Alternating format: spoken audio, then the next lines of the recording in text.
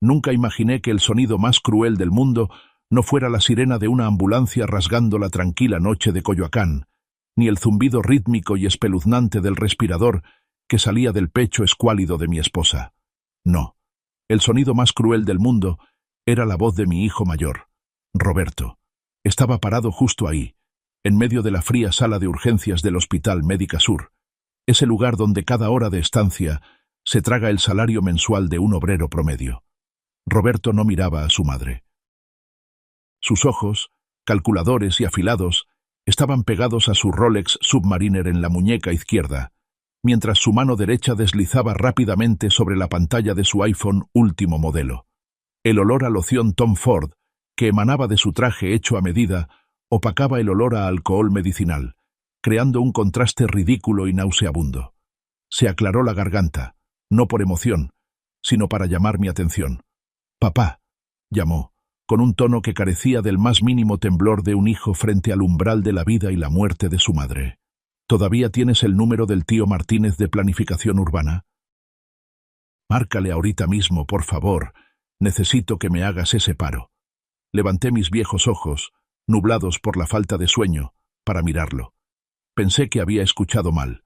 Elena, mi esposa, la mujer que lo trajo al mundo con dolor, yacía en coma con un montón de cables enredados a su alrededor. ¿Y él estaba pidiendo el número de un funcionario? «¿Qué estás diciendo?» Mi voz salió ronca, como lija frotándose. Roberto chasqueó la lengua, con una expresión de ligera molestia, como si yo fuera un empleado subordinado lento de entendimiento.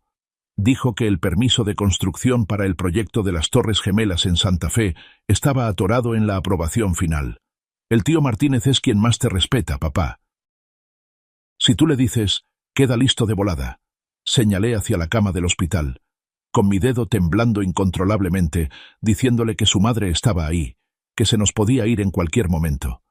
Roberto le echó un vistazo a su madre, una mirada rápida e indiferente, como quien mira un mueble viejo que necesita liquidar pero que aún no alcanza el precio deseado. Luego se volvió hacia mí y soltó una frase que, juro por Dios, si tuviera fuerzas, le habría roto esos dientes blancos de carillas millonarias. Me dijo que fuera realista, que mamá ya estaba ahí tumbada y no se iba a ir a ningún lado, así que no tenía por qué asustarme. Las máquinas ya se ocupan de mamá, pero mi permiso no puede esperar a que despierte. Los socios gringos me esperan en el Pujol esta noche. Necesito el visto bueno de Martínez antes de que sirvan los aperitivos. Me quedé helado. Todo mi cuerpo se entumeció. En mi pecho, mi viejo corazón se sintió estrujado por una mano invisible. Dios mío, ¿qué clase de cosa he criado? Miré a Roberto. No veía al niño pequeño que corría tras de mí pidiendo algodón de azúcar en el bosque de Chapultepec. Solo veía a un monstruo envuelto en un traje de lujo, un buitre acechando, no esperando el cadáver, sino esperando la oportunidad de lucrar justo sobre el dolor de su propia familia. Le susurré que se largara. Frunció el ceño y me preguntó qué había dicho. Rugí, con el rugido de un león viejo y herido, echándolo fuera. Roberto se sobresaltó y retrocedió, ajustándose los gemelos de la camisa. Se encogió de hombros. Su expresión pasó de la sorpresa al desdén, diciéndome que me calmara o se me subiría la presión, y luego sería una carga para los hijos. Dijo que saldría al vestíbulo a hacer la llamada, y me advirtió que lo pensara bien porque era una oportunidad única, que no dejara que las emociones arruinaran un gran negocio. Dio media vuelta y se marchó, el sonido de sus zapatos de cuero italiano golpeando el piso blanco, clac, clac, frío y decisivo. Él salía para hacer contactos, para hacer dinero, y yo me quedaba aquí, conectando con la muerte que acechaba a mi esposa. Tomé la mano helada de Elena. Las lágrimas corrían por mis mejillas arrugadas. Le pregunté en un susurro a mi mujer en qué nos habíamos equivocado. ¿Les dimos demasiada leche, pero olvidamos enseñarles a ser humanos? El bip bip de la máquina seguía sonando regularmente, como una cuenta regresiva de los segundos crueles de la realidad. Antes de continuar, suscríbete al canal y cuéntanos desde dónde nos escuchas en los comentarios de abajo. Si la crueldad de Roberto fue un cuchillo afilado directo al corazón, la presencia del resto de las personas en esta habitación VIP era como pequeños cortes, persistentes y ardientes. La habitación de 40 metros cuadrados, equipada como un hotel de 5 estrellas, estaba inundada de lirios blancos. El olor penetrante de las flores mezclado con el antiséptico creaba una atmósfera sofocante y fúnebre, aunque la paciente siguiera viva. En la esquina izquierda, Juana, la empleada doméstica que había estado con mi familia por más de 20 años, estaba arrodillada en el suelo frío. Ella era de origen oaxaqueño, de estatura baja y robusta, con la piel morena color terracota. Sus manos ásperas, callosas por años de lavado, pasaban cuenta por cuenta de un viejo rosario de madera. Santa María, Madre de Dios. El rezo de Juana era un murmullo, bajo pero lleno de fuerza, lleno de un dolor sincero. Lloraba. Lágrimas verdaderas rodaban por sus pómulos marcados, empapando su viejo rebozo. Ella no era de nuestra sangre, pero sentía el dolor de Elena como si fuera su propia hermana la que agonizaba. En la esquina opuesta ocurría una escena completamente opuesta. Lucía, mi hija menor de 30 años, estaba sentada con las piernas cruzadas en el sofá de piel. Llevaba una minifalda a la moda, el rostro maquillado meticulosamente al estilo que idolatran los jóvenes de ahora. En su mano tenía un teléfono inteligente con un mini aro de luz acoplado. Estaba haciendo un live stream. Bajó la voz, tratando de sonar quebrada, con los ojos brillantes mirando a la cámara. Yo sabía perfectamente que era por las gotas para los ojos que se acababa de poner a escondidas.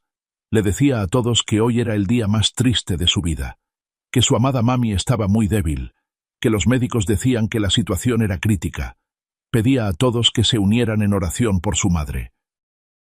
Luego agradecía a las estrellas, a los corazones virtuales que flotaban en la pantalla. Hacía una pausa para leer comentarios. Luego suspiraba de una manera muy artística, lamentándose de que estaba tan triste, que seguramente no podría ir a la inauguración del bar en Polanco esa noche. Lamentaba desperdiciar la invitación VIP y soltaba una frase filosófica vacía sobre lo efímera que es la vida. De repente, una enfermera abrió la puerta y entró, frunciendo el ceño para reprenderla. «Disculpe, señorita, esto es terapia intensiva. Por favor, no grabe y guarde silencio». Cortó el live stream de golpe, y la sonrisa triste en sus labios desapareció tan rápido como cuando uno apaga la televisión. Se volvió hacia Juana, con voz ácida. Le gritó a Juana que dejara ese murmullo, diciendo que era de lo más naco, que parecía que estaban en un velorio de pueblo. Dijo que le dolía la cabeza. Juana guardó silencio, bajó la cabeza, sus manos temblorosas apretando el rosario. No se atrevía a replicar, porque en esta familia su estatus era inferior al del perro púdel que tenía Lucía. Luego Lucía se volvió hacia mí, con voz mimada pero exigente. «Papá, dile a Juana que vaya a comprarme un Starbucks. Grande, leche de almendras, poco hielo y 2 pumps de vainilla, ¿ok? Aquí huele a puro cloro y a vieja, me da náuseas». Miré a mi hija. Era hermosa, elegante, una influencer con cientos de miles de seguidores. Pero aquí, frente a su padre anciano y su madre en coma, su alma estaba tan vacía como una muñeca de plástico. Dije con voz cansada que Juana no iría a ningún lado. Ella necesitaba estar aquí con mamá. «Si quieres café, mueve tus piernitas de oro y ve tú misma a comprarlo». Lucía me miró con los ojos desorbitados, como si acabara de decir algo terriblemente ofensivo. Me reprochó que defendiera a los extraños, diciendo que ella estaba estresada por la preocupación por mamá, preguntándome si no veía lo demacrada que estaba. ¿Preocupada por mamá? ¿Contando likes y corazones en la pantalla del celular? Me di la vuelta. No quería verla más. El contraste entre las lágrimas saladas de Juana y el teatro de piedad en redes de Lucía me revolvía el estómago. Los extraños lloraban como si les arrancaran las entrañas, mientras que la hija de sangre trataba a su madre como contenido para generar interacción. En esta lujosa habitación de hospital, la riqueza era solo una capa de pintura brillante cubriendo la podredumbre moral. La puerta de la habitación se abrió suavemente. No fue el empujón arrogante de Roberto, ni la entrada de pasarela de Lucía. La puerta se abrió con timidez, como si la persona afuera temiera molestar el aire de adentro. Era Carlos. Entró, e inmediatamente la atmósfera en la habitación cambió. Carlos traía consigo un olor muy diferente. Olor a aceite de motor, olor a óxido, olor a sudor agrio después de un día de trabajo duro bajo el sol abrasador de la Ciudad de México. Llevaba su overol de trabajo azul oscuro, manchado de grasa negra. En su mano izquierda cargaba una bolsa grande con pañales para adultos y papel higiénico. En la derecha, unas viandas de acero inoxidable viejas. Detrás de él venían Sofía, mi segunda nuera, y mis 3 nietos. Sofía estaba delgada, vestida sencillamente con una camiseta deslavada y unos jeans desgastados. Arrastraba a los 3 niños, el mayor de 7 años, el mediano de 4, y la pequeña de apenas 2 años que chupaba un chupón. Carlos saludó, con voz ronca y llena de vergüenza.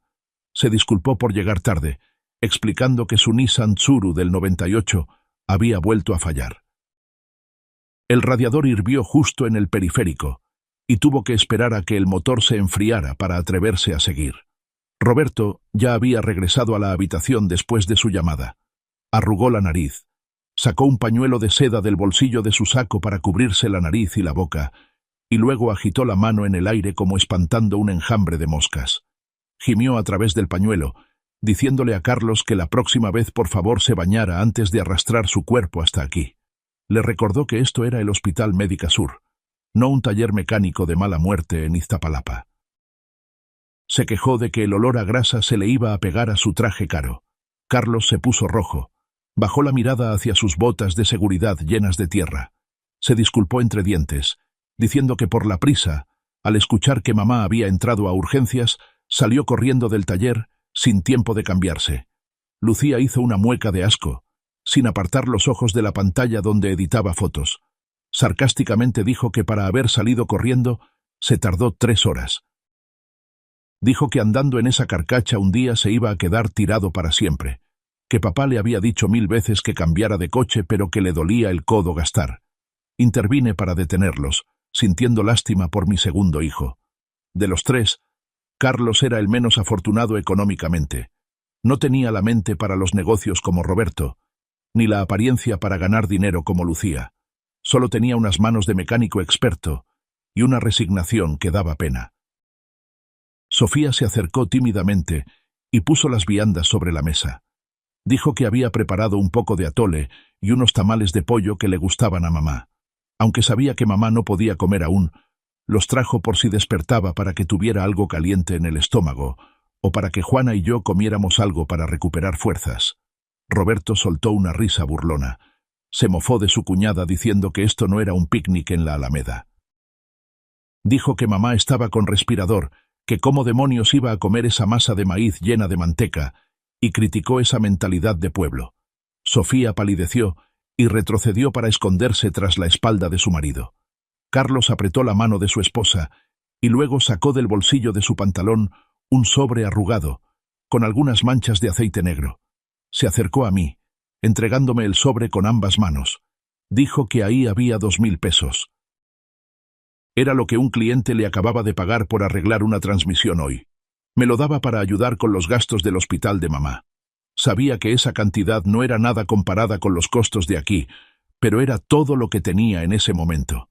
Miré el sobre, luego miré las manos agrietadas, con las uñas negras de grasa que no se quitaba, de mi hijo. 2000 pesos. Para Roberto, eso era la propina de una cena. Para Lucía, no alcanzaba ni para un frasco de crema facial, pero para Carlos era toda una semana de trabajo duro para alimentar 5 bocas. Tomé el sobre, sintiendo que pesaba 1000 kilos. Dije con voz temblorosa que lo aceptaba, que aceptaba su corazón. Vi que los ojos de Carlos se iluminaron un poco. Sonrió, una sonrisa amable y sincera, mostrando unos dientes ligeramente manchados por el café barato. Preguntó cómo estaba mamá, y se acercó sigilosamente a la cama. No se atrevió a tocarla por miedo a ensuciarla. Solo se quedó mirándola fijamente, con los ojos enrojecidos, susurrando, «Mamá». Toda la habitación quedó en silencio por un momento. Solo se oía el zumbido del aire acondicionado y el respirador. En ese instante, me di cuenta de una verdad dolorosa. El hijo más fracasado, el que conducía el coche más barato, el que traía el olor más desagradable, Era el único que traía el aroma que faltaba desesperadamente en esta habitación, el olor a humanidad. Aproximadamente una hora después, el jefe de departamento entró en la habitación. Llevaba una bata blanca impecable, gafas de montura dorada, con un porte digno y profesional, tal como se espera de un médico de la clase alta. Echó un vistazo a los presentes e informó que la condición de la señora Elena había superado temporalmente la crisis y que sus signos vitales eran estables. Sin embargo, hizo una pausa y hojeó el expediente clínico. Sus pulmones estaban muy débiles, sumado a las secuelas del derrame. Una hospitalización prolongada aquí ya no era necesaria y podría causar infecciones cruzadas. Aconsejó a la familia llevarla a casa para cuidarla. El entorno familiar sería mejor para la psicología del paciente. Roberto asintió frenéticamente, estando de acuerdo en que ir a casa era lo mejor, y preguntó cuándo podrían darle el alta. El médico continuó, con un tono más serio. Podría ser mañana mismo, pero debía advertirles que el cuidado en casa sería muy arduo.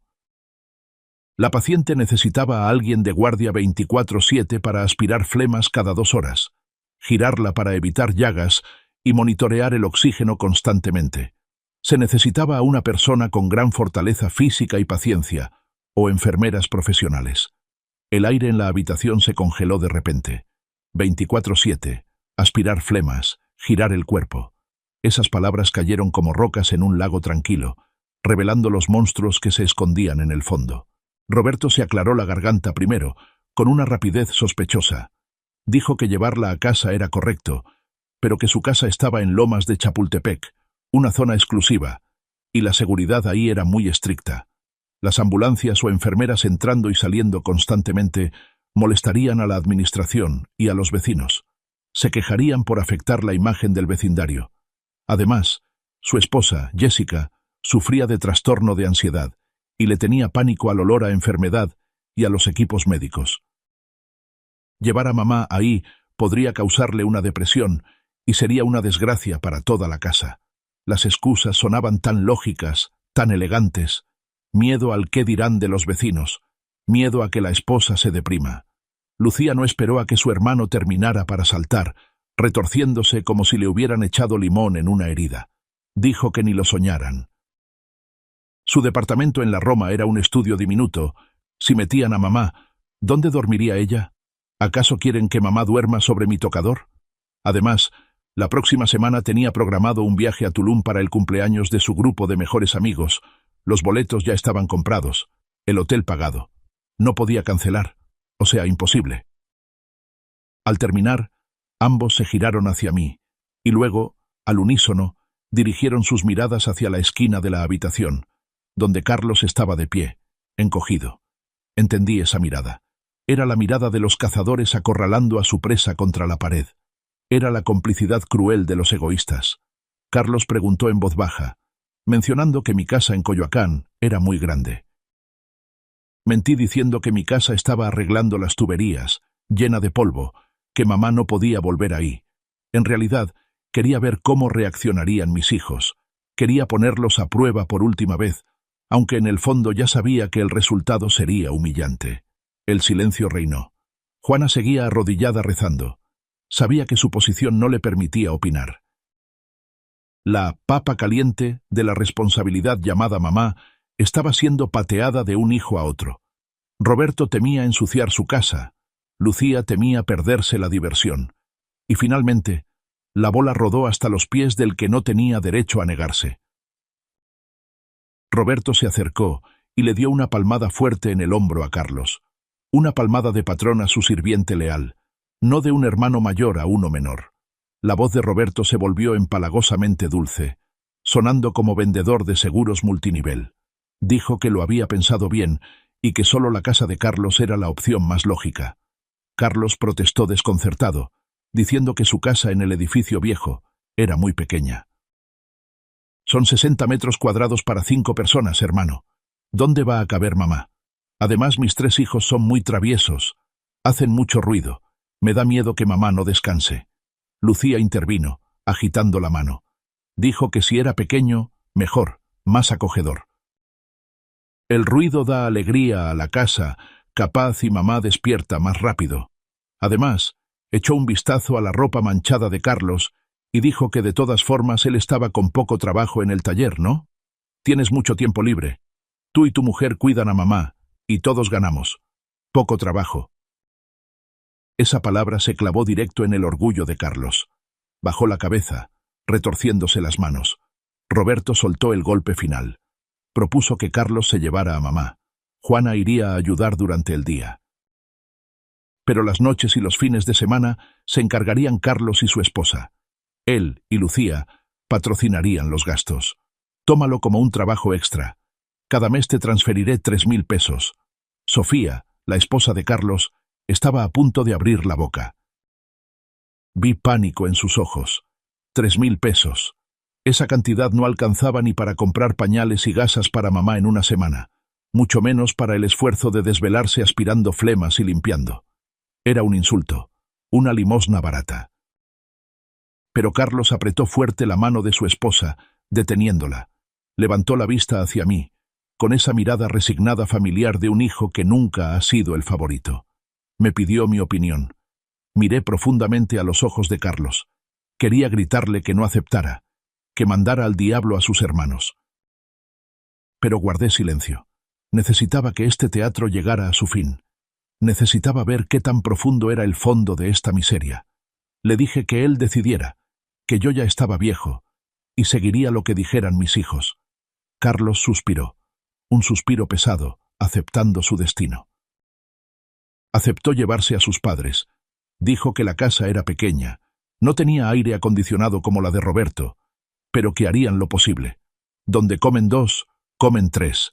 Roberto aplaudió, con cara de alivio como si acabara de quitarse un peso de 1.000 kilos de encima. Cerró el trato y elogió a Carlos diciendo que era el hijo más filial de la casa, que estaba muy orgulloso de él. El elogio sonaba tan falso y nauseabundo. Lucía sacó de su bolso de marca un billete de 500 pesos y se lo dio a Sofía. Tengan, para que compren algo de atole para mamá esta noche. Y le advirtió que guardara la factura, que no confiaba en la gente necesitada. No fuera a ser que inflaran los precios.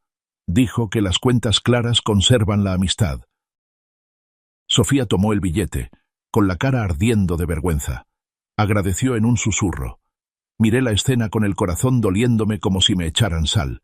Estaban contratando a su propio hermano para cuidar a su madre por un precio más barato que el de una empleada ilegal. Usaban monedas para comprar su libertad. Usaban la pobreza de su hermano para presionarlo. Carlos se volvió hacia su madre, acariciando suavemente su cabello canoso. Le susurró: «Mamá, mañana nos vamos a casa de Carlos. En esta habitación llena de olor a dinero y cálculo». Esa frase fue lo único que conservaba un poco de humanidad. Pero yo sabía que el verdadero infierno para la familia de Carlos apenas comenzaba. Y mi paciencia también estaba contando los días. Me mudé a casa de Carlos una tarde sofocante, cuando el sol de la Ciudad de México parecía querer derretir el asfalto. El departamento de mi hijo y su esposa estaba en un viejo conjunto habitacional en Iztapalapa, un lugar donde se suele bromear diciendo que hasta Dios voltea la cara por el desorden. Al bajar del auto, lo primero que me recibió no fue el aroma a lirios del hospital, sino una sinfonía caótica de la vida popular. Música de cumbia retumbando desde las bocinas del vecino, ladridos de perros cada vez que pasaba un extraño, y el grito agudo de los vendedores de gas. La casa de Carlos tenía apenas 60 metros cuadrados. Para hacerle lugar a mamá, tuvieron que quitar el único sofá de la sala y meter una cama de hospital rentada barata. La pequeña sala se convirtió en un hospital de campaña, separado de la cocina solo por una cortina de tela delgada. La vida de la familia de mi hijo se puso completamente patas arriba. Sofía, mi nuera delgada, llegaba del trabajo a las 6 de la tarde. No tenía tiempo ni de cambiarse. Aventaba la bolsa en una silla y se metía directo a la cocina.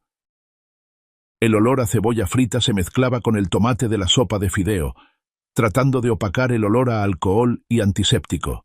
Mientras cocinaba, tenía que regañar a los 3 niños que corrían haciendo ruido. «¡Shh! ¡Cállense, niños! La abuela está durmiendo. Vayan a jugar al patio». Esa fue la frase de Sofía toda la semana. Los niños, en plena edad de crecimiento e inquietos, ahora tenían que caminar de puntitas, hablar bajo, como gatitos temerosos de despertar a un dios dormido. Pero el que más sufría era Carlos. De día trabajaba duro en el taller mecánico, lidiando con grasa y clientes difíciles. De noche, se convertía en el enfermero privado de su madre. Cada 2 horas, el despertador sonaba bip bip suavemente. Carlos saltaba como un resorte, aunque tuviera los ojos hundidos y rojos por la falta de sueño. Con destreza, metía la sonda en la garganta de mamá. El sonido de la máquina aspiradora retumbaba lúgubremente en el silencio de la noche. Mi madre hacía muecas de molestia. A veces tosía violentamente, salpicando secreciones sobre Carlos. Él no mostraba ni una pizca de asco. Le limpiaba la cara suavemente con una toalla tibia. Luego le masajeaba brazos y piernas para que no se entumiera. «Pórtate bien, mamá. Ya está. Duerme otro ratito», susurraba Carlos, con un tono tan tierno como cuando arrullaba a su hija de 2 años. Una noche, me desperté con sed. Vi a Carlos sentado, recargando la cabeza contra la pared, sosteniendo un blister de medicina importada muy cara. Era un medicamento para los pulmones que recetó el doctor, pero que el Seguro Popular no cubría. Yo sabía el precio. Cada caja costaba lo que él ganaba en una semana. Ayer noté que ya no traía puesto el reloj Casio viejo que tanto quería. Cuando le pregunté, solo se rió y dijo que se le rompió la correa y lo llevó a arreglar. Pero viendo la medicina en su mano en ese momento, entendí a dónde había ido a parar ese reloj. Había vendido su tiempo para comprarle más tiempo a su madre. Me mintió. Dijo que esa medicina la había pagado Roberto. Pero yo sabía que los miserables 3.000 pesos de Roberto se habían esfumado hacía 3 días en pañales y gasas. Me quedé ahí acostado, viendo a mi hijo dormir sentado, todavía sosteniendo la mano huesuda de su madre. En esta casa estrecha, calurosa y ruidosa, encontré una paz que la mansión de Roberto jamás tendría. Era la paz de la conciencia tranquila. Me preguntaba, ¿por qué Dios es tan injusto? Le da al hijo más bueno la vida más difícil, mientras llena de rosas el camino de los desalmados. Pero quizás es justo en este horno de carencias donde se forja el oro puro. Llegó el fin de semana, trayendo consigo una frágil esperanza de reunión familiar. Pero para mi familia, el fin de semana era solo la ocasión para que reinara la hipocresía. Alrededor de las 10 de la mañana del domingo, un Mercedes negro brillante se estacionó frente al edificio. Su presencia desentonaba entre las motos viejas y las camionetas de carga del barrio pobre, como un cisne perdido entre patos. Era Roberto. Bajó del auto, vestido con ropa de golf blanca inmaculada, con gafas de sol Ray-Ban. No entró a la casa de inmediato. Se quedó en la puerta, sacando su pañuelo de seda para taparse la nariz, como si el aire ahí tuviera peste bubónica. Carlos corrió a recibirlo, todavía con el trapeador en la mano. «Hola, hermano. Pásale. Tómate un agua. Mamá acaba de despertar». Roberto agitó la mano, manteniéndose a 1 metro de distancia. «No, no paso. Estos zapatos son de tacos especiales. Voy a rayar todo tu piso. Además, solo paso de rápido. A las 11 tengo el tea time con unos socios». Asomó la cabeza por la ventana, mirando a mi esposa en la cama de hospital en medio de la sala. «Mamá, soy yo, Roberto. ¿Cómo estás?» Mi esposa, aunque débil, intentó abrir los ojos para ver a su hijo mayor, moviendo la boca queriendo decir algo sin sonido. Quería tomarle la mano. Pero Roberto seguía parado afuera, a 10 metros de distancia. «Oye, Carlos», se dirigió a su hermano con tono de reproche. «¿Por qué se ve tan flaca, mamá? Se ve demacrada. ¿Qué le estás dando de comer?» «No me digas que puro frijol y tortilla todos los días, ¿eh? El estómago de mamá es delicado. Hay que darle salmón, cosas de calidad. ¿Ya se te pegó la mentalidad de jodido o qué?» Carlos bajó la cabeza, murmurando. «Le hice caldo de pollo. Se lo licué. Pollo de granja. Eso no nutre nada», interrumpió Roberto, y luego aventó sobre la mesa una bolsa de malla con unas 10 naranjas amarillas. «Ten, naranjas importadas, gringas. Exprímeselas. Quítale las semillas, no se vaya a ahogar. Bueno, ya me voy, se me hace tarde para el golf. Dio media vuelta y se fue directo al coche, sin mirar atrás, sin un adiós para el padre que estaba sentado en el rincón, o sea, yo. Vino exactamente 5 minutos. 5 minutos valiosos para repartir críticas y 10 naranjas, y se fue con la actitud de un hijo que ya cumplió con su deber. Por la tarde fue el turno de Lucía. No, ella no vino. Hizo una videollamada. Sofía le puso el teléfono frente a mamá. En la pantalla, Lucía estaba en bikini, con lentes oscuros enormes, acostada en un camastro en alguna playa de Tulum. Música de DJ y el sonido de copas brindando sonaban de fondo. «¡Mami hermosa!», gritó Lucía por el teléfono tratando de opacar la música. «¿Verdad que me veo guapa? Estoy en una pool party. Está increíble, ma. Recupérate pronto para traerte». Mi esposa miraba la pantalla con la mirada perdida, sin entender nada. Solo veía una cara maquillada hablando sin parar. «Te mandé una caja de suplementos, ¿eh? Son japoneses, carísimos. Carlos, dáselos a sus horas. Bueno, hay mala señal, bye. Los amo, mua mua». La pantalla se apagó. El silencio volvió a la pequeña casa. Miré el montón de medicinas apiladas en el rincón. Roberto mandó naranjas, Lucía mandó pastillas.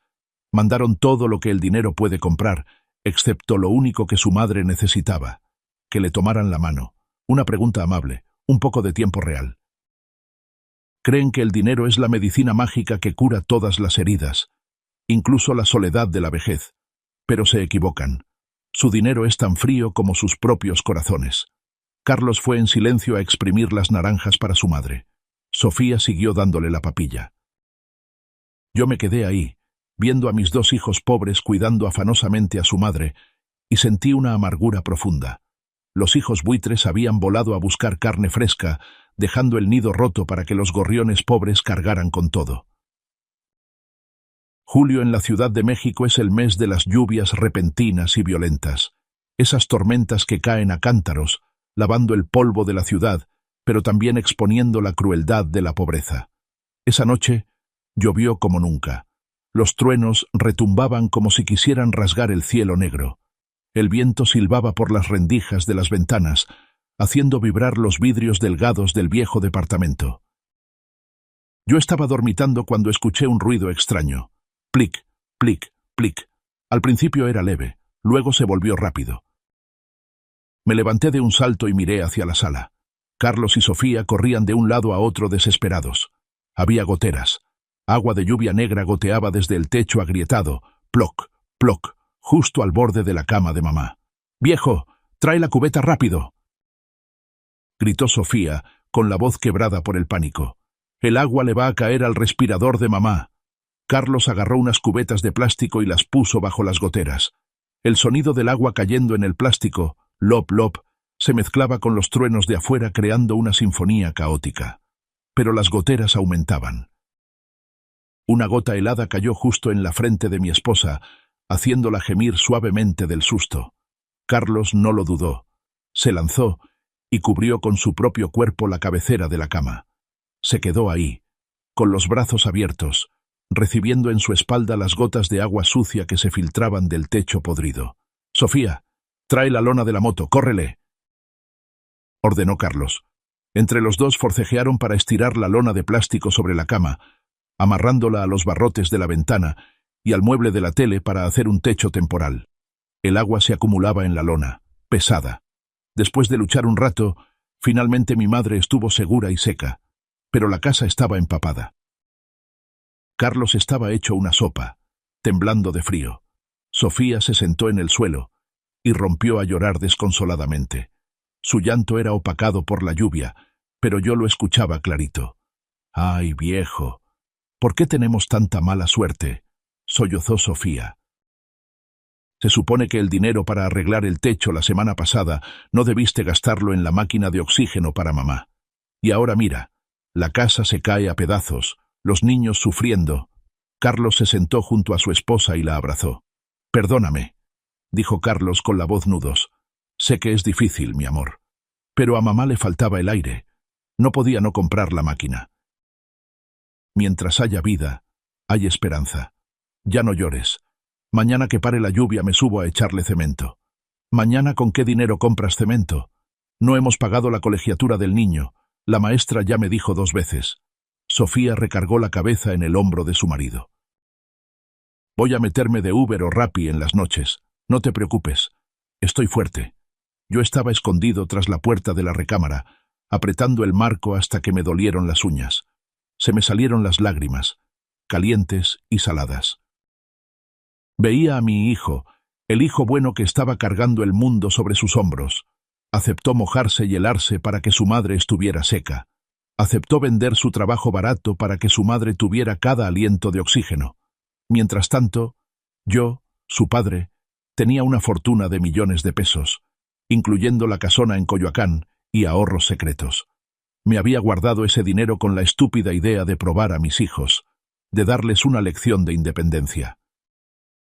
Pero el precio de esa lección era demasiado alto, y quien pagaba el precio no eran los hijos malagradecidos, sino mi hijo más noble. Suficiente. Ya fue suficiente. Mi paciencia y mis planes de prueba se desvanecieron con la lluvia de esta noche. No podía dejar que Carlos y su familia sufrieran ni un segundo más. Mi orgullo no me permitía convertirme en la carga que hundiera el futuro de mi hijo. Esta noche, entre el sonido de la lluvia cayendo en las cubetas, tomé una decisión cruel pero necesaria. A la mañana siguiente, en cuanto Carlos salió en la moto al trabajo y Sofía llevó a los niños a la escuela, empecé a actuar. Saqué del fondo de la maleta un teléfono celular tipo tabique, viejo, que guardaba para emergencias, y le puse un chip desechable. No quería que ni Roberto ni Lucía supieran a quién llamaba. El primero a quien llamé fue a Mendoza, mi abogado personal y amigo del alma por 40 años. Mendoza. Habla Antonio. Mi voz sonó firme y decidida, sin rastro del viejo enfermo.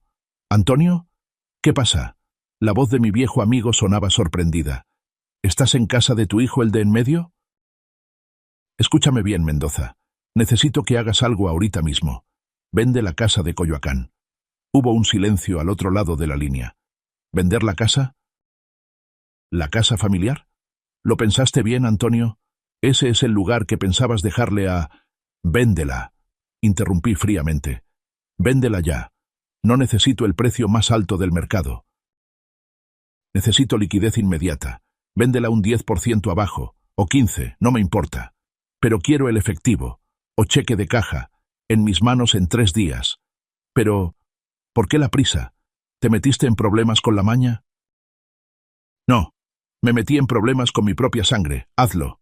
Y recuerda esto, discreción absoluta. Que no se filtre la noticia a ninguno de mis hijos, especialmente a Roberto. Si se entera, va a tratar de pararlo. Está bien, entiendo, suspiró Mendoza.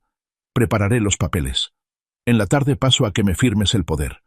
Después de colgar con Mendoza, hice la segunda llamada.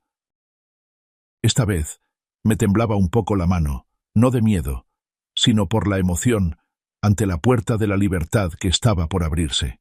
Llamé a la línea directa de la Hacienda de los Abuelos. No era un asilo cualquiera, era un resort de lujo para ancianos en Cuernavaca, la ciudad de la eterna primavera.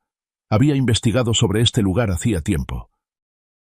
Tenían albercas climatizadas, jardines inmensos llenos de bugambilias, médicos de guardia 24/7 y, lo más importante, respeto. El precio era impagable, solo para la clase alta o extranjeros retirados. Un mes ahí costaba lo que ganaba Carlos en un año. Bueno, Hacienda de los Abuelos, a sus órdenes. Sonó la voz dulce de la recepcionista. Quiero registrar 2 membresías vitalicias. Paquete platino, el más alto, para mí y mi esposa. Voy a pagar de contado por 20 años. La transferencia queda esta misma semana. Sí, señor. Será un honor. ¿A nombre de quién? Colgué el teléfono después de hacer el trámite. El corazón me latía fuerte. Miré alrededor de la casa con goteras de Carlos. Solo unos días más, y me iría de aquí. Liberaría a Carlos de la carga de cuidarnos, y me liberaría a mí mismo de la estúpida esperanza en el cariño de esos hijos buitres. Saqué la foto familiar de hace 10 años. En la foto, Roberto sonreía junto a mí. Lucía abrazaba a su madre. En ese entonces, creía que era el hombre más feliz del mundo. Ahora me doy cuenta. La sonrisa en la foto era solo un instante. La indiferencia era la verdadera esencia eterna. Rompí la foto en dos. La mitad donde estaba Carlos la guardé. La otra mitad con Roberto y Lucía. La hice bola y la tiré a la basura. El plan había comenzado. En esta Ciudad de México, las noticias vuelan más rápido que la gripe, especialmente las que tienen que ver con bienes raíces en zonas ricas como Coyoacán. Menos de 24 horas después de firmarle el poder al abogado Mendoza, mi teléfono vibró violentamente. Era Roberto. Sonreí de medio lado. El buitre alfa había olido la carne fresca. Respiré hondo, recuperé mi voz temblorosa de viejo senil, y contesté. «¡Papá!», gritó Roberto por el teléfono alterado y furioso. «¿Qué chingados estás haciendo?» «Yo no estoy haciendo nada, hijo», fingí demencia. «No te hagas. La vecina me acaba de llamar. Dice que vio a unos tipos de traje con el abogado Mendoza entrando a la casa. Y pusieron un letrero de «Se vende» enorme en la puerta». «¿De verdad vas a vender la casa?» «Ah, eso», balbuceé. «Lo estuve pensando. La casa está sola, es un desperdicio. La vendo para tener un dinerito para la vejez». «Estás loco», bramó Roberto. «Ya chocheaste, ¿verdad? ¿Quién te metió ideas? Fue el Carlos, ¿verdad? Ese muerto de hambre, como debe hasta la camisa. Seguro te convenció de vender para que le pagues sus deudas, ¿no?» «Ya sabía yo. Ese se hace el mosquita muerta, pero es bien mañoso. No es tu hermano», defendí débilmente. «Cállate. No escuches sus cuentos. Esa casa es patrimonio de la familia. Es el recuerdo de los abuelos. Si la vendes, estás traicionando a tus ancestros. Además, legalmente esa propiedad es herencia, y nosotros también tenemos parte. No puedes decidir tú solo». Sacó a los ancestros y a la ley para asustarme. Pero yo sabía perfectamente que no le importaba el altar de los abuelos, sino los 12 millones de pesos que valía ese terreno. «Quita ese letrero inmediatamente», ordenó Roberto. «En la tarde voy para allá a hablar seriamente contigo. Como firmes algo te demando. Escúchalo bien, te demando ante el juez». Me colgó de golpe. 5 minutos después llamó Lucía. Esta niña no amenazaba, ella usaba la táctica de lágrimas de cocodrilo. «Papi», su voz sollozaba, «¿cómo vas a vender la casa?» «Ahí crecí, ahí están todos mis recuerdos de niña. Si la vendes y luego me caso, ¿a dónde voy a ir a visitar a mis papás? No la vendas, porfa. Si necesitas dinero, dínoslo, nosotros vemos por ti». «¿Ver por mí?» «Con unas cajas de vitaminas y videollamadas», le contesté. «Ya lo decidí. Necesito efectivo. No quiero molestarlos. Ay, papá, qué egoísta eres». Lucía cambió de actitud al instante. Su voz se endureció. «Si vendes la casa, ¿cómo vas a repartir el dinero? No se lo vayas a dar todo a Carlos, ¿eh? Soy la más chica. Me prometiste un tercio». Colgué. No quería oír más. Así terminó el primer acto de la obra. Los buitres empezaron a circular en el cielo, con los ojos fijos en la presa. Tenían miedo de perder su parte. Tenían miedo de que el hermano pobre les ganara la partida. La avaricia hizo que mostraran su verdadera cara más rápido de lo que pensé. No les preocupaba que me estafaran, solo les preocupaba que el dinero no llegara a sus bolsillos. Miré por la ventana. Ya había dejado de llover. El sol de la tarde entraba en la habitación estrecha pero cálida de Carlos. Carlos estaba sentado dándole papilla a su madre, soplándole y arrullándola. No tenía ni idea de la tormenta de codicia que se avecinaba por parte de sus hermanos. Y tampoco sabía que su padre, un viejo supuestamente inútil, estaba preparando el contraataque más espectacular de su vida. Un contraataque llamado «La libertad final». Esta tarde vendrán todos, y empezará la verdadera fiesta. Envié un mensaje corto al grupo de WhatsApp llamado Familia Unida. ¡Qué nombre tan irónico! El mensaje constaba apenas de unas líneas. Este domingo, a las 12 en punto, todos deben estar presentes en casa de Carlos. Ya vendí la casa. Tengo un anuncio importante sobre los bienes. Dios mío, nunca había visto una unión familiar tan fuerte. Menos de un minuto después de enviar el mensaje, empezaron a llover los emojis de pulgares arriba y corazones rojos. Roberto escribió: «Voy a cancelar mi partido de golf. Llego enseguida». Lucía escribió: «Estoy en el spa, pero voy para allá». «Te amo, papi». «¿Me aman?» «No, aman mi caja fuerte».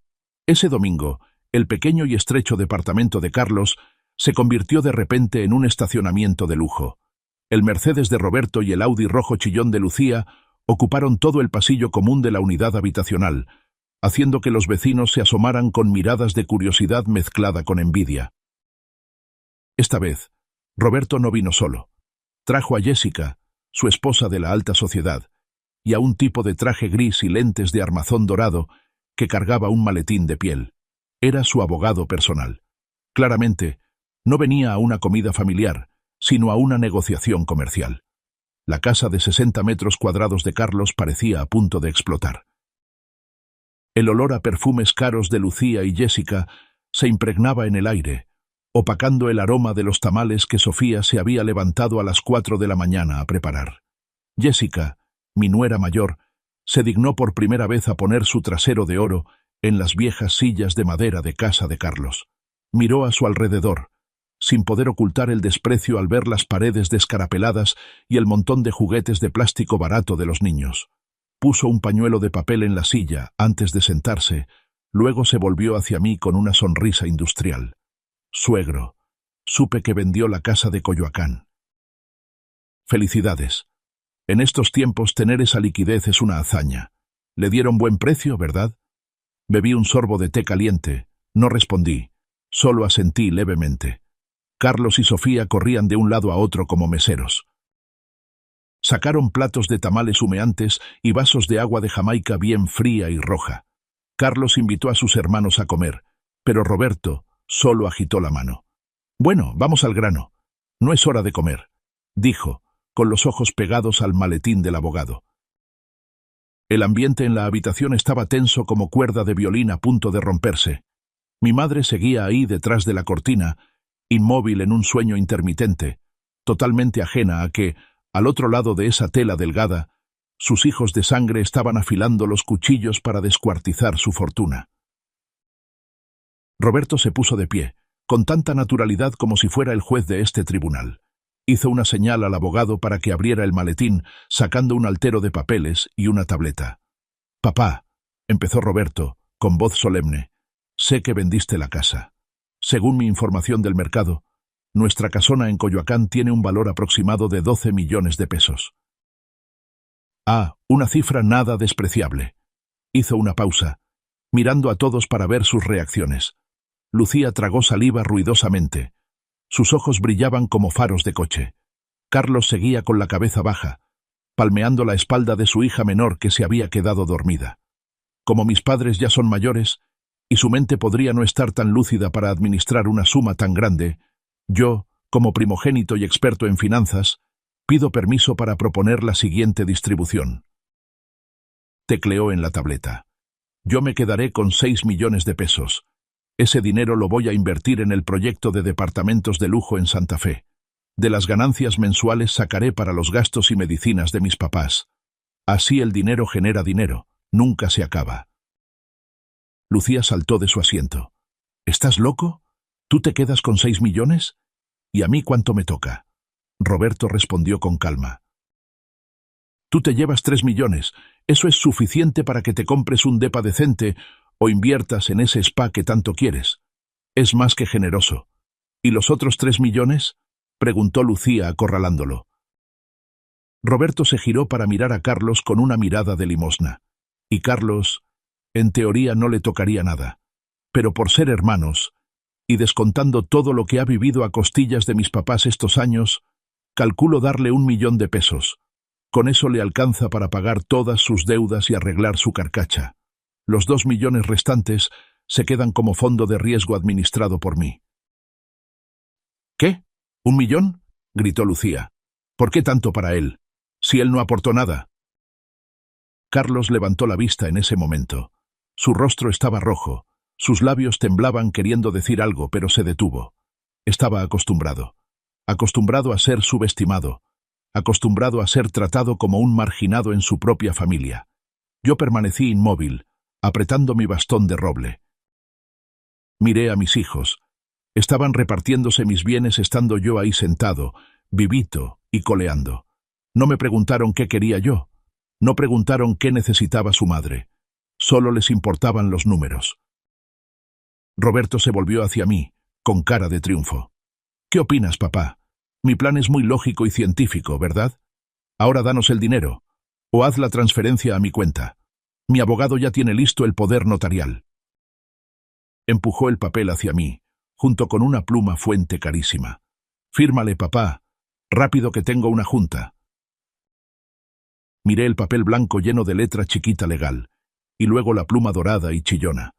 Levanté mi bastón, no para firmar, sino para dar un golpe seco sobre la mesa de vidrio. ¡Pum!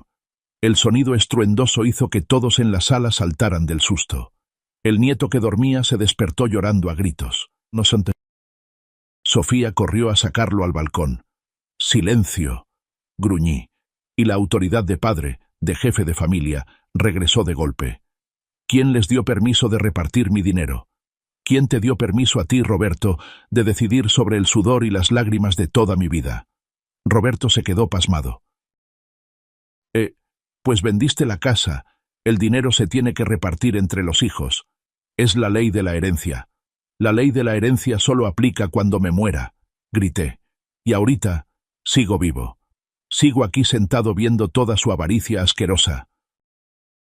Metí la mano en el bolsillo de mi saco y saqué un sobre de papel manila. Lo aventé sobre la mesa, deslizándose hasta quedar frente a Roberto. Eres muy bueno para las cuentas, ¿no? Ábrelo y mira. Roberto tomó el sobre con manos temblorosas y lo rasgó. Adentro había un comprobante de transferencia bancaria y un contrato con cubierta de piel roja. Se le salieron los ojos como platos. Sus manos empezaron a temblar violentamente. ¿10 millones de pesos? Tartamudeó.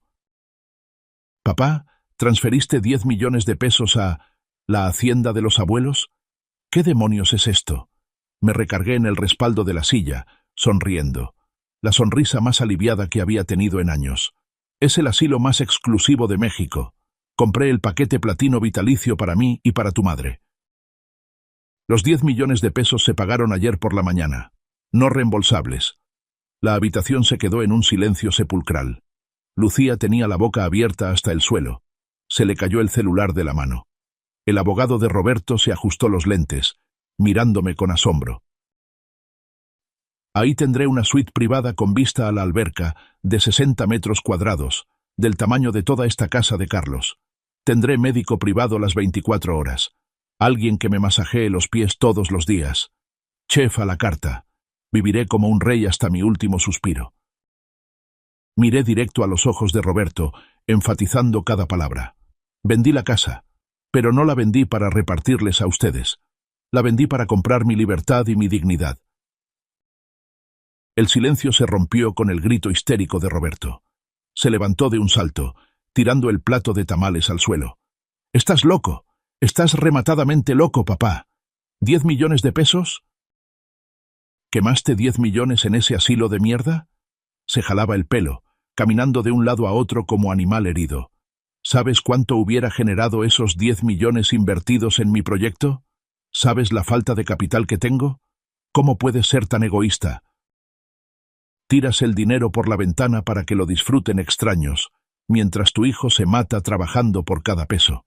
Y entonces, en su ataque de ira ciega, su verdadera naturaleza de comerciante despiadado salió a la luz. Se volteó, me señaló a la cara y soltó una frase que probablemente no olvidaré hasta que me muera. Te gastaste los 10 millones. Entonces, haciendo cuentas, todos estos años de regalos y medicinas para ustedes, ¿salimos perdiendo? Salimos perdiendo. Esas palabras resonaron frías y afiladas como bisturí.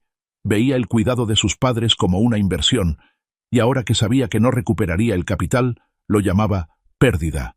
Lucía, que ya había recuperado el aliento tras el shock de perder el dinero, también empezó a gritar siguiendo a su hermano. «¡Exacto! ¡Ay, Dios mío!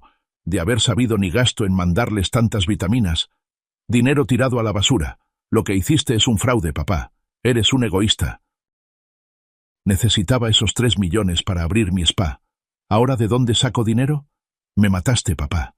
Miré a esos 2 hijos que me dolieron al nacer, llorando a gritos por el dinero perdido y no por amor a sus padres. Mi corazón, curiosamente, ya no dolía. Se había hecho callo. Había muerto clínicamente desde el momento en que Roberto pidió el número del señor Martínez en la sala de urgencias. Me reí. Una risa ronca, amarga pero llena de desprecio. «Gracias, hijos», dije, con una calma extraña. «Gracias por tu frase de salir perdiendo y por tu frase de dinero tirado a la basura. Gracias a eso veo que esos 10 millones me salieron baratos. Valió la pena cada centavo», señalé hacia la puerta. «Si me consideran una inversión fallida, entonces por favor corten sus pérdidas y lárguense de aquí ahorita mismo. Ya liquidé el contrato». Roberto y Lucía seguían ahí, resoplando de coraje, pero ya no me importaban. Me volví hacia Carlos. Desde el principio, Carlos había permanecido en silencio en la esquina de la mesa. Seguía tomando la mano de su madre a través de la rendija de la cortina. No gritaba, no exigía, su cara solo mostraba conmoción. Estaba en shock no por perder el dinero, sino por ver a la familia destrozada. Saqué del bolsillo de mi camisa el último cheque. «Carlos», llamé. Levantó la vista, con los ojos rojos. «Papá, no necesito nada. Con que ustedes estén bien cuidados allá adentro, yo soy feliz». «Lo sé», le sonreí con ternura. «Eres el más tonto, pero también el más humano en esta casa». Puse el cheque en su mano. Un cheque por valor de 2 millones de pesos. Vendí la casa en 12 millones. Pagué 10 al asilo. Estos 2 millones que sobran son tuyos». Roberto se abalanzó como bestia salvaje. «¿Qué? ¿Le das 2 millones a él? ¿Por qué? Él es el más inútil. Yo soy el primogénito». Levanté mi bastón, apuntando directo a la cara de Roberto, lo que lo hizo frenar en seco. «Cállate el hocico. Eres el primogénito, pero no eres mi hijo. Cuando tu madre yacía sobre su propia suciedad, las manos de Carlos se ensuciaron para limpiarla, mientras tu mano sostenía una copa de vino para atender clientes. Cuando su casa se goteaba, él puso su cuerpo para cubrir a mamá de la lluvia, mientras tú tenías miedo de ensuciarte los zapatos y no te atreviste a entrar». Me volví para hablarle a Carlos con voz suave. «Tómalo, hijo. Esto no es herencia. No te confundas. Esto es tu pago. El sueldo que te pago por la bondad y la piedad filial tuya y de tu esposa». Miré a Sofía, que estaba llorando en el rincón. «Compren una casa más grande para mis nietos. Abre un taller decente para que no tengas que trabajar para otros. Y compra un coche más seguro. No dejes que mis nietos sigan subiéndose a esa carcacha vieja». Carlos tomó el cheque. Sus manos temblaban incontrolablemente. Sus lágrimas caían sobre el papel. «Papá, no llores. Los hombres no lloran». Le di una palmada en el hombro. «Ahora, acompaña a las visitas a la salida, por favor. Quiero descansar para mañana emprender el viaje». Miré hacia Roberto y Lucía, con mirada afilada. «¿Qué hacen ahí parados? Lárguense». «¿O esperan a que llame a la policía por acoso a personas mayores?». Roberto rechinó los dientes, con la cara morada de rabia. Miró el cheque en la mano de Carlos con codicia y odio, pero sabía que las cartas ya estaban echadas. No podía hacer nada más. «Vámonos», le gritó a su mujer. «Aquí apesta». Lucía también agarró su bolsa bruscamente, se levantó y hizo una mueca larga. «Te pasaste, papá. Desde ahora no me vuelvas a dirigir la palabra».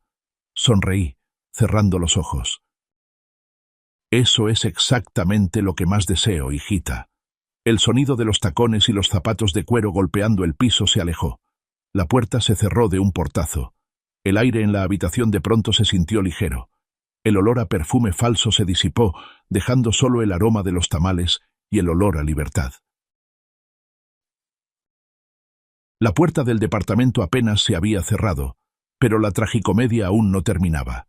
Desde adentro de la pequeña habitación, todavía escuchaba clarito los gritos de Roberto retumbando en el pasillo del edificio. Estaba descargando su furia contra su esposa, Jessica. «¡Camina! ¿Qué te quedas viendo? Te dije que no viniéramos a este lugar de mala muerte y no hiciste caso. ¡Qué asco! Pérdida de tiempo». Luego el sonido de los tacones de Lucía golpeando las escaleras con furia, acompañado de maldiciones al aire.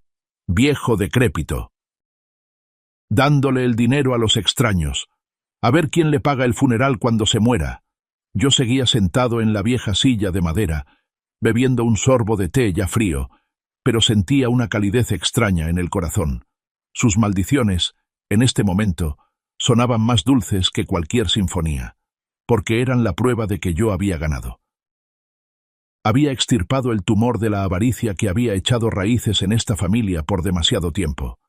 Los vecinos empezaron a abrir sus puertas y asomar la cabeza. La gente trabajadora de aquí de Iztapalapa, pobres de dinero, pero ricos en dignidad, miraban el traje lujoso de Roberto y los bolsos de marca de Lucía con desprecio.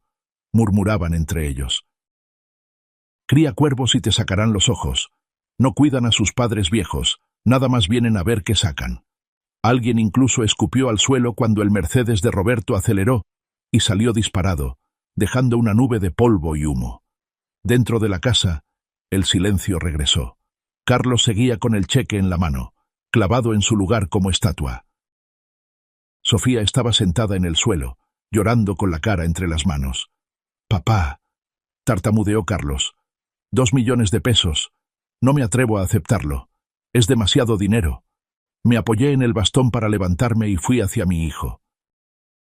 «Guárdalo», ordené, con voz severa pero mirada suave. «No dejes que la pobreza se te pegue para siempre. Ser pobre no es pecado, pero dejar que tu esposa y tus hijos sufran carencias cuando tienes la oportunidad de cambiar, eso sí es pecado. Abre el taller, arregla el techo y vive dignamente. Esa es la mejor forma en que puedes honrar a tu padre». Carlos me miró, luego miró a su esposa e hijos. Asintió. Dobló cuidadosamente el cheque y lo metió en el bolsillo de su camisa, justo sobre su corazón que latía fuerte. «Gracias, papá. Te juro que no gastaré ni un centavo en tonterías. Sé que lo hará». Porque él es Carlos. Es el hijo con las manos llenas de grasa pero el alma más limpia que he conocido. A la mañana siguiente, el barrio pobre de Iztapalapa estaba alborotado como si hubiera feria. A las 9 en punto, una camioneta van negra brillante, larga como una limusina, entró lentamente por el callejón estrecho. En la carrocería llevaba impreso un logo dorado muy elegante: Hacienda de los Abuelos, el descanso de los reyes. El vehículo se estacionó frente al edificio de Carlos. El chofer, vestido con traje blanco impecable y guantes blancos, bajó a abrir la puerta con una reverencia, como si recibiera a un jefe de Estado. 2 enfermeras guapas, también de uniforme blanco, entraron ágilmente a la casa para ayudar a sacar a mi madre. Los vecinos salieron a ver en multitud. Los niños tenían los ojos como platos, señalando el vehículo lujoso que probablemente nunca habían visto en persona en toda su vida. ¿Se ganaron la lotería los señores Antonio? No. Dicen que vendió su casa para irse al asilo. ¡Qué elegancia!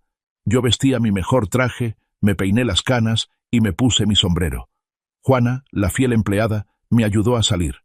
A ella también le compré un boleto para ir con nosotros. La contraté para seguir cuidando a mi madre en el instituto con el doble de sueldo. Ella sonreía de oreja a oreja, cargando su maleta, caminando orgullosa a mi lado. Carlos y Sofía cargaron a mamá hasta el vehículo. Las enfermeras la acomodaron suavemente en la cama acolchada, equipada con aparatos modernos dentro de la camioneta. Volteé a ver la casa vieja por última vez, y luego a Carlos. Estaba ahí parado, con los ojos rojos, apretando la mano de su esposa y sus 3 hijos. «Ya me voy, hijo», dije, tratando de mantener la voz tranquila. «Papá», se le quebró la voz a Carlos. «¿Voy a visitarlos el fin de semana?» «Claro que sí. Pero recuerda, no traigas regalos caros. Allá adentro tengo de todo. Solo trae los tamales que hace tu mujer. Los chefs 5 estrellas de allá cocinarán muy rica comida francesa o italiana, pero la comida casera mexicana no les sale como a tu esposa». Sofía soltó una risa entre lágrimas. «Sí, papá. Le voy a cocinar mucho para llevarle». Le di una palmada fuerte en el hombro a Carlos. «Vive feliz, hijo. No seas como tus hermanos. Y recuerda, nunca agaches la cabeza ante el dinero. Haz que el dinero te sirva a ti». Subí al vehículo. La puerta se cerró suavemente, aislándome del ruido y el polvo de afuera. La camioneta arrancó, suave como deslizándose sobre nubes. A través del vidrio oscuro, vi a Carlos saludando con la mano hasta que el auto desapareció tras la curva. Me recargué en el asiento de piel que olía a nuevo y cerré los ojos. Una sensación de alivio recorrió mi cuerpo. No era un viejo abandonado. Era alguien que se marchaba con la frente en alto. Cuernavaca me recibió con un cielo azul intenso y bugambilias de colores brillantes. La hacienda de los abuelos era verdaderamente el paraíso en la tierra. La habitación de mi esposa y mía era inmensa, con ventanales de piso a techo que daban directo a la alberca de agua termal y al jardín tropical. Ella descansaba en la cama clínica más moderna, con un médico privado que la revisaba 2 veces al día. Gracias a la dieta y la fisioterapia especial, su piel había recuperado el color, y a veces hasta sonreía cuando le contaba historias de antes. La vida aquí transcurría tranquila como un bolero lento. Por la mañana tai chi, por la tarde té, por la noche música. Hice amistad con otros viejos jubilados, jugábamos ajedrez y discutíamos de política. A nadie le importaba si los hijos venían a visitar o no, porque ya nos valíamos por nosotros mismos. Pero las noticias del mundo exterior, de ese infierno del que acababa de escapar, de vez en cuando llegaban a mis oídos. Escuché que Roberto estaba en graves problemas. El proyecto de departamentos de lujo en Santa Fe, del que presumía, fue suspendido por falta de capital e irregularidades en los papeles. El SAT lo estaba investigando por sospecha de evasión de impuestos.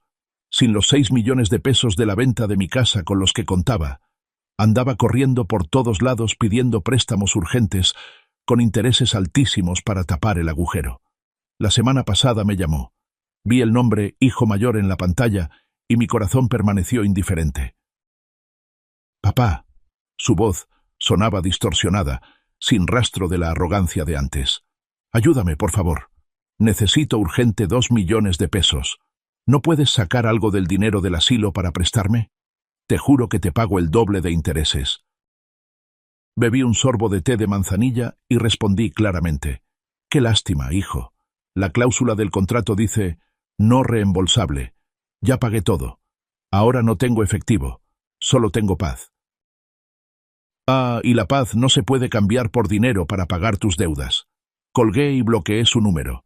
Y Lucía, mi niña consentida, tampoco estaba mejor. El banco le estaba embargando por las deudas de la tarjeta de crédito, por gastar de más en sus viajes lujosos. Dicen que tuvo que malbaratar su colección de bolsas de marca para pagar y se tuvo que ir a vivir de arrimada a casa de una amiga. Me mandó un mensaje pidiendo perdón, un texto largo de 1 página, pero el objetivo final seguía siendo pedir. «Papi, ¿me podrías dar algo para mis gastos? La estoy pasando muy mal». No contesté. Estaba ocupado. Ocupado viendo el atardecer y disfrutando los últimos días de mi vida, sin tener que preocuparme por esos hijos buitres. El mayor castigo para ellos no son los insultos ni las demandas, sino dejarlos nadar solos en el pantano que su propia avaricia creó. Una hermosa mañana de domingo, 3 meses después de que entré al asilo. Una camioneta Ford Ranger nuevecita se estacionó frente a la puerta del asilo. Bajaron Carlos, Sofía y mis 3 nietos. Iban vestidos arreglados, limpios, con las caras radiantes de felicidad. «¡Papá!». «¡Abuelo!». Los niños gritaron y corrieron a mis brazos. Carlos me abrazó. Todavía olía un poco a aceite de motor, pero era el olor del trabajo digno, ya no el olor de la miseria. «Mira, papá», señaló la camioneta nueva. «Gracias a tu capital, amplié el taller. Contraté a 3 ayudantes más». «Tenemos muchos clientes, papá». Le puse al taller Don Antonio, en tu honor. Me eché a reír y le di una palmada. «Qué muchacho este, si no me he muerto para que me hagas homenajes. Pero está bonita la camioneta». Sofía puso la mesa para un pequeño picnic. Tal como prometió, trajo una olla de tamales de pollo, un frasco de mole picante y hasta flan de postre. Nos sentamos a comer junto a la alberca. Las risas opacaban el canto de los pájaros. Los otros ancianos del asilo miraban con admiración. No admiraban mi riqueza, sino que tuviera una familia feliz visitándome. Carlos contó que ya había pagado todas sus deudas, arregló el techo impermeabilizándolo y pagó la colegiatura de todo el año de sus hijos. No gastaba a lo loco. Seguía con su estilo de vida sencillo. ¿Sabes, papá?, dijo Carlos pensativo. Cuando tuve los 2 millones de pesos en la mano tuve mucho miedo. Miedo de echarme a perder, de volverme flojo. Pero cada vez que veía tus manos callosas en la foto, me decía a mí mismo que tenía que trabajar más duro. Tu dinero no fue solo capital, fue confianza. Miré a mi hijo, el orgullo me llenó el pecho. Me di cuenta de que el dinero por sí mismo no tiene la culpa. La culpa es de quien lo usa. En manos de Roberto o Lucía, el dinero es el catalizador de la avaricia y la corrupción. Pero en manos de Carlos, el dinero fue la semilla para que germinara la bondad y la felicidad. Ese es el verdadero legado que dejo. No son los números en una cuenta de banco, sino un ser humano bueno al que se le dio la oportunidad de vivir mejor. El atardecer caía sobre la ciudad de Cuernavaca, tiñendo el cielo de morado. Yo estaba sentado solo en el balcón, con una copa de tequila reposado color ámbar en la mano, ese trago fino con el que me premiaba a mí mismo. A mi lado, en la mesita, había una hoja de papel blanco y un encendedor cipo. La gente suele decir, padres crían hijos con amor, hijos mantienen padres sacando cuentas. Ese dicho es amargo, pero dolorosamente cierto. Dediqué toda mi vida a construir un patrimonio, a criar águilas con la esperanza de que volaran alto. Pero al final, me di cuenta de que crié buitres que solo esperaban picotear mi cadáver. Pero ya no estoy triste. Aprendí a soltar. Tomé la hoja de papel blanco. Era el testamento que pensaba reescribir. Pero entonces le prendí fuego. La llama creció, lamiendo el papel, convirtiéndolo en cenizas que volaron con el viento. No necesito dejar testamento. Ya no tengo bienes que repartir. Todo lo que tenía, lo usé para comprar mi propia libertad y darle una oportunidad a quien lo merecía. Bebí un trago de tequila. El sabor picante y dulce se esparció en mi boca. Miré hacia el horizonte lejano, donde las nubes flotaban perezosamente. Me dije a mí mismo, no les dejo bienes a mis hijos. Les dejo una lección sobre el karma. Una lección carísima que ninguna universidad de prestigio enseña y que ningún dinero puede comprar. Lástima que, con la inteligencia de Roberto y Lucía, seguramente en toda su vida no tendrán el capital suficiente para comprar esa lección. Pero eso ya no es asunto mío. Mi asunto ahora es terminarme esta copa y disfrutar de la eterna primavera. Salud. Dejé la copa sobre la mesa. El sonido del vidrio tocando la piedra resonó con un sonido seco, definitivo, como un punto final perfecto para una vida llena de tormentas. Si esta historia te ha cautivado, dale like al video, suscríbete al canal y comparte tus pensamientos en los comentarios. Para escuchar la siguiente historia, haz clic en el recuadro a la izquierda de la pantalla. Gracias por vernos.